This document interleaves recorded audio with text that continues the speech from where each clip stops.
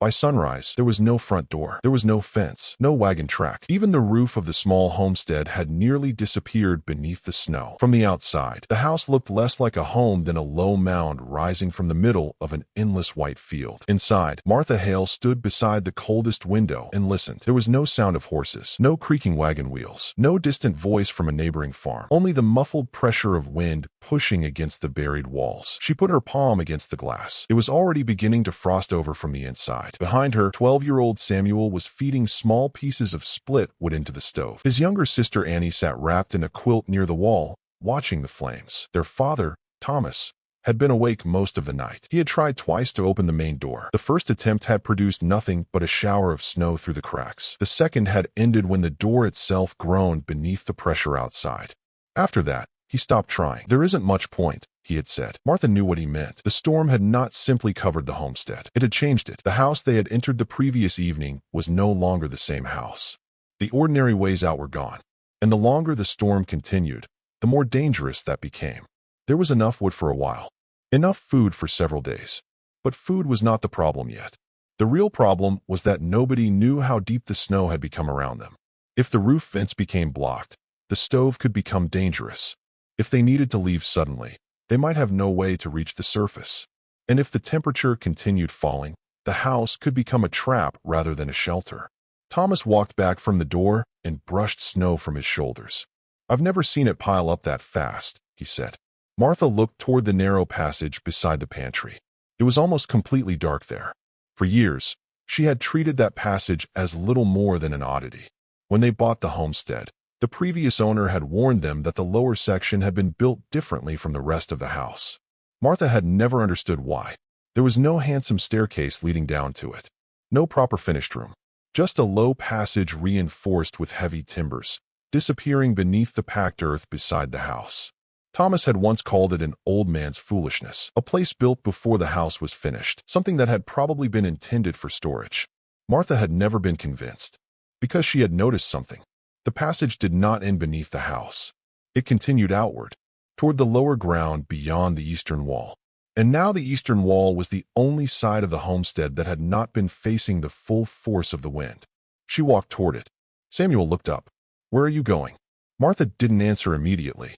She knelt beside the pantry and lifted the wooden hatch that covered the entrance. Cold air moved upward.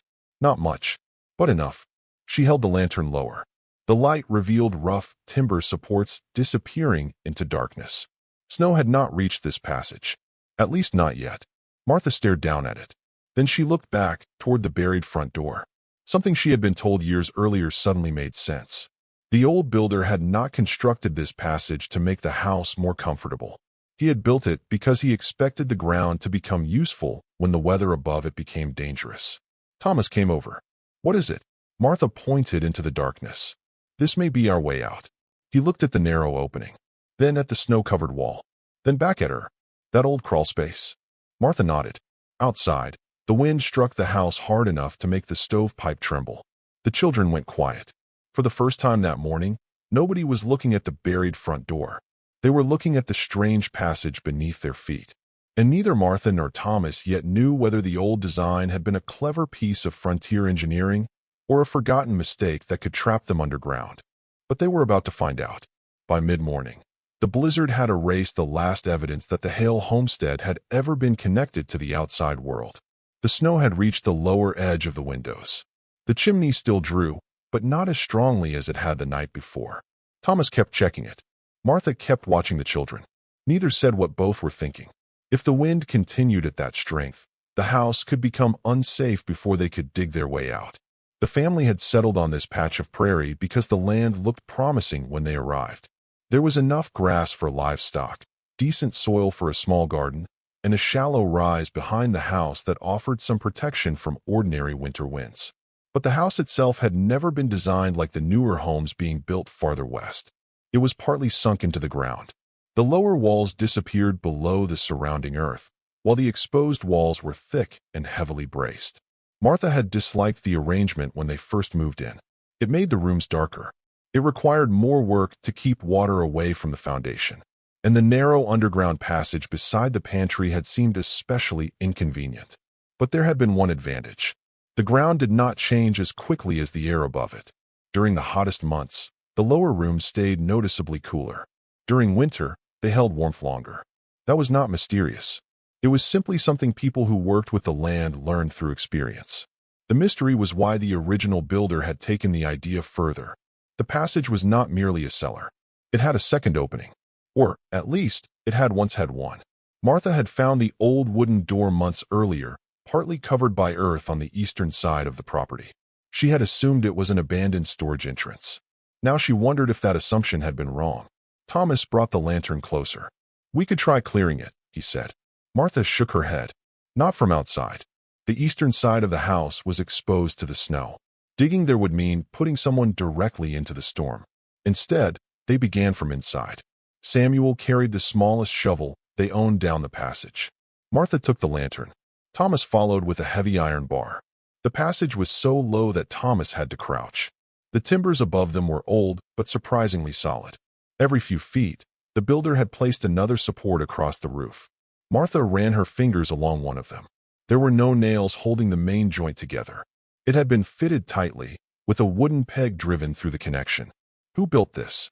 Samuel asked. Thomas gave the same answer he had given months earlier. "I don't know." Martha looked at the workmanship. "I think whoever did it knew what they were doing." They continued forward. The air became colder. Then they reached the first obstruction. Packed earth. The passage narrowed to almost nothing.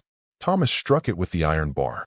The impact sent a dull vibration through the timber frame. Again, a little more earth fell away. Then something unexpected appeared behind it. Wood. Not dirt. A plank. Thomas stopped. Martha held the lantern closer. The wood was old and dark, but the hinges were still visible. They had reached the buried outer door. For a moment, nobody spoke. If the door opened, they would have another route out. But that was only the first problem. They still had no idea what waited on the other side. Thomas pushed the bar into the gap and worked it carefully. The wood resisted. Then the door moved.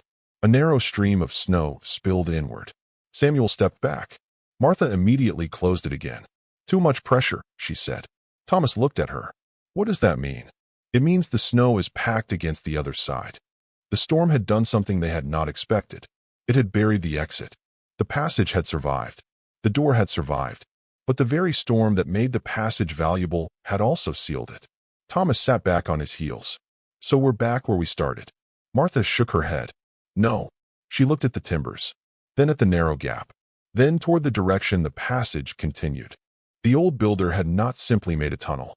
He had made something that used the earth itself as protection. The question was whether Martha could understand the rest of the design before the storm forced them to abandon the house. They returned upstairs. By afternoon, the snow had reached the roofline on the north side. The animals were now the next concern. The barn was only a short distance away, but in weather like this, distance had become meaningless. Thomas considered going out. Martha refused. "If you can't see the ground, you can't know where the drifts end." He knew she was right. Instead, they brought what feed they could into the lower room and checked the stove again. The children ate quietly. Nobody complained. Outside, the wind continued. Then, just after sunset, something changed. The fire began burning strangely. The flame leaned toward the stove pipe, then suddenly weakened. Thomas opened the damper. Nothing improved. Martha looked toward the chimney. A layer of snow had probably packed around the upper vent. The house was becoming tighter. The air felt heavy. That was when Martha understood the real danger. The underground passage was no longer simply an escape route. It might be the only way to reach the chimney from below and clear it safely. But that meant entering the buried passage while the storm was still raging. Thomas looked at the children. "We wait until morning." Martha looked toward the dark pantry. "If the chimney is blocked by morning, we may not have the choice." The wind struck the house again. This time, one of the roof timbers creaked. Martha picked up the lantern. She had spent months wondering why someone had built such an inconvenient passage beneath this homestead. Now the answer was becoming clearer. It had not been designed for ordinary days. It had been designed for the day when ordinary ways out stopped working. And that day had finally arrived. Martha did not wait for morning. She waited until the children were asleep, then took the lantern downstairs. Thomas followed her. The passage looked different at night. The rough timbers seemed closer together, and the darkness between them appeared deeper than it had during the afternoon. But Martha was no longer looking at it as an abandoned crawlspace. She was looking at it as a system. The old builder had made several choices that suddenly seemed deliberate. The passage was low. That meant less space to heat. It was surrounded by earth. That meant the temperature inside it would change more slowly than the air outside. And most importantly, it ran beneath the protected side of the homestead rather than across the open prairie. Martha had spent enough winters watching snow to understand what that meant. A snowdrift was not simply a pile of loose snow. Wind packed it, weight compressed it, and once it settled, it could become surprisingly dense. That was why digging directly through a large drift could become exhausting work. But the old passage had already done most of the work. The family did not have to tunnel through the entire storm. They only had to reopen the section that had been sealed at the outer end. Thomas studied the door. "We still can't push through that." "No," Martha said. "But we might not have to." She pointed toward the ceiling. Several inches above the passage, the timbers formed a narrow gap between the earth and the roof supports. Thomas frowned. Martha explained what she had noticed. The outer door had been built slightly higher than the floor. That was unusual for an ordinary cellar entrance. But it made sense if the builder expected snow to collect outside. The doorway would remain above some of the lowest ground around it, and the passage itself would act as a protected approach. They began clearing the packed earth around the door. Not all of it, just enough to expose the frame. After nearly an hour, Thomas found something beneath the dirt. A second wooden plank. Then another. It wasn't part of the door. It was a removable section of the passage floor. Martha knelt beside it. She lifted one corner. Beneath it was a shallow drainage channel. Thomas stared. "Water." Martha nodded. The builder had anticipated another frontier problem. Snow eventually became water. If melting snow entered the passage, it needed somewhere to go. Otherwise, the earth floor would turn to mud, weakening the supports and making the passage difficult to use. The design was more sophisticated than either of them had realized. It wasn't one trick. It was several simple decisions working together. Keep the passage low. Use the ground for insulation. Keep the entrance on the protected side. Give melting water somewhere to drain. And make the outer opening accessible from inside. None of those ideas required modern machinery. But together they created something remarkably useful.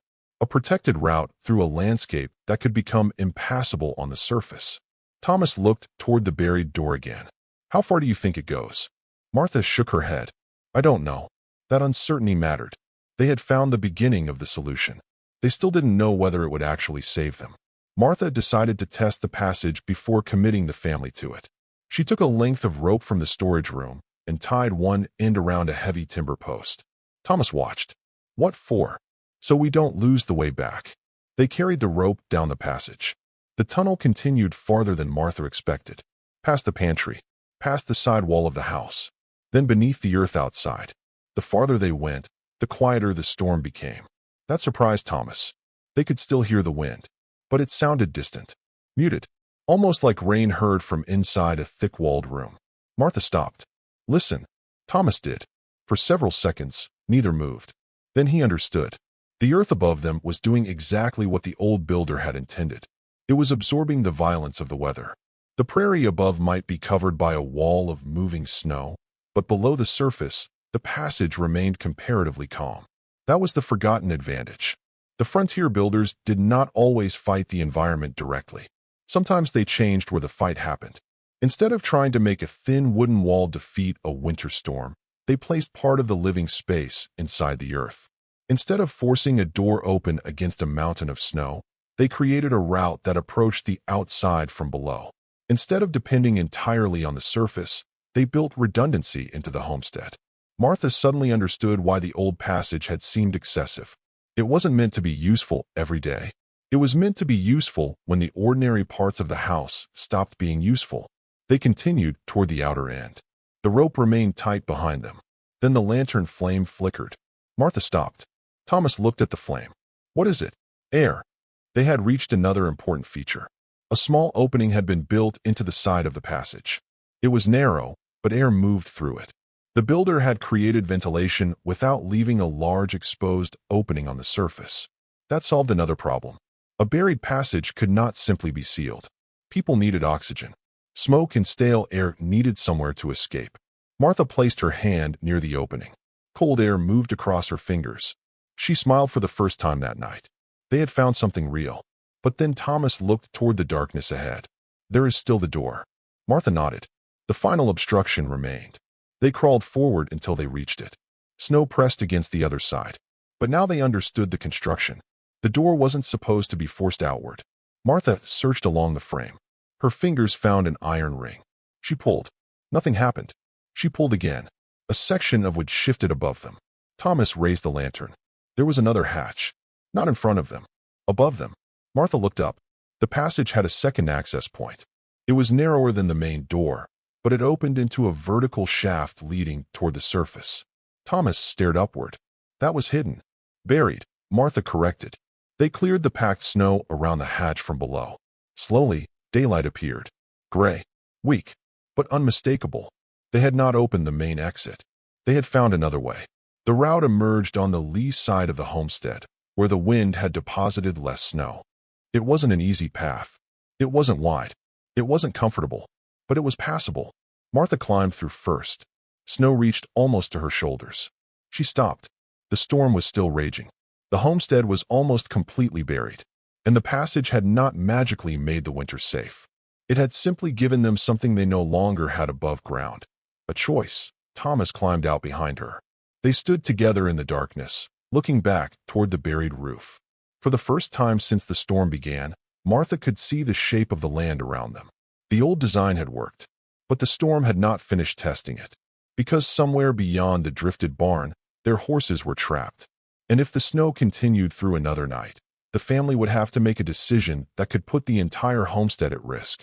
The passage had given them a way out. Now they had to decide what they were willing to go out for.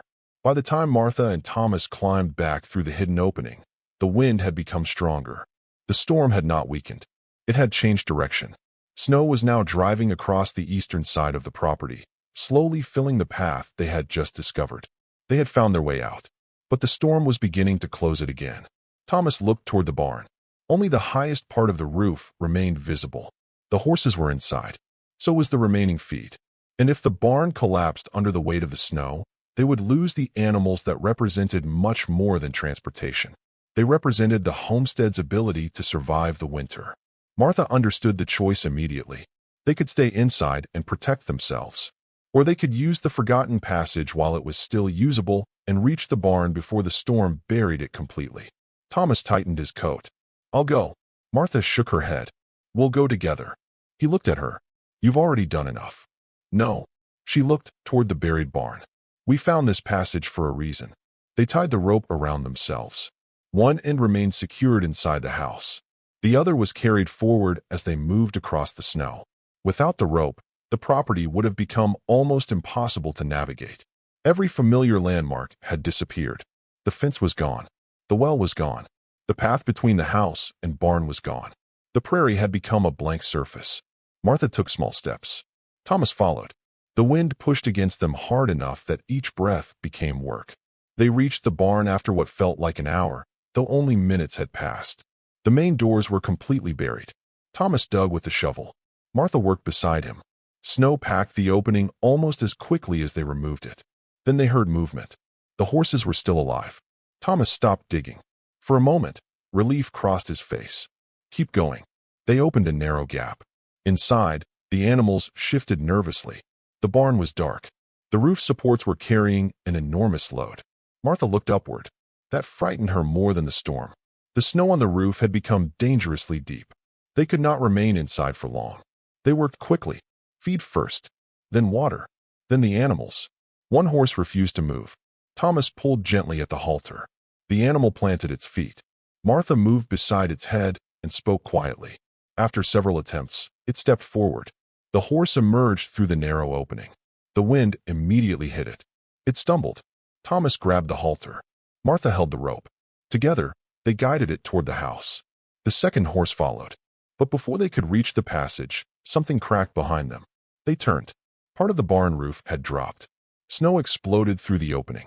Thomas stared. If they had waited another hour, the animals might have been trapped permanently. They hurried back. But the route had changed. Snow had already begun filling the access point. The opening was narrower than before. Thomas pushed the horses through first. Martha climbed after them. Then a gust slammed a wall of snow across the entrance. The lantern went out. For several seconds, there was complete darkness. Martha could hear Thomas breathing. She could hear the horses shifting. Then she felt something cold strike her hand. Snow was coming through the passage. The storm had found them. "Keep moving," Thomas said. They crawled forward. The rope behind them remained their only guide. The passage that had seemed secure earlier now felt dangerously small. Snow entered through cracks in the upper section. The temperature dropped. Martha kept one hand against the timber wall. She counted the supports. 1, 2, 3, 4. That was how she kept track of distance. Then she realized something. The snow entering the passage was not coming from the outer entrance. It was coming from above. The surface hatch had begun to collapse beneath the weight of the drift. If it failed completely, the passage could fill. They had minutes, perhaps less. Martha turned to Thomas. The upper hatch. He understood. They needed to reinforce it from below. They had brought the iron bar. Thomas wedged it beneath the timber. Martha pushed a support block into place. The wood groaned. Snow continued falling through the cracks. For a moment, the entire passage seemed to shake. Then the pressure stopped increasing. The support held. They continued. At last, a faint glow appeared ahead. The house. They pulled themselves through the lower entrance. The children were waiting. Samuel had been watching the passage. When he saw his father and mother emerge with the horses, he ran toward them. Martha stopped him. "Stay back." The family moved the animals into the lower shelter area and secured them. Only then did everyone breathe normally again. But the storm continued through the night. And that was when the design faced its final test. The chimney had nearly stopped drawing. The main roof was under increasing weight. Snow had covered most of the exterior walls. Yet the lower passage remained usable. The family moved some of their supplies into the earth-sheltered section. They kept the fire smaller. They used less fuel. They watched the ventilation opening. And because the passage had been built below the surface, the temperature there changed much more slowly than outside. The old builder had not created a magical shelter. He had simply understood the behavior of earth, snow, air, and heat. That understanding now mattered. The worst of the storm arrived shortly after midnight. The house shook. A beam creaked overhead. An upstairs window cracked beneath the pressure. Annie began to cry. Martha held her close. Thomas checked the supports. Then came the sound they had feared. A deep, heavy collapse. Part of the roof had given way. The family moved into the lower section. For several hours, they stayed there.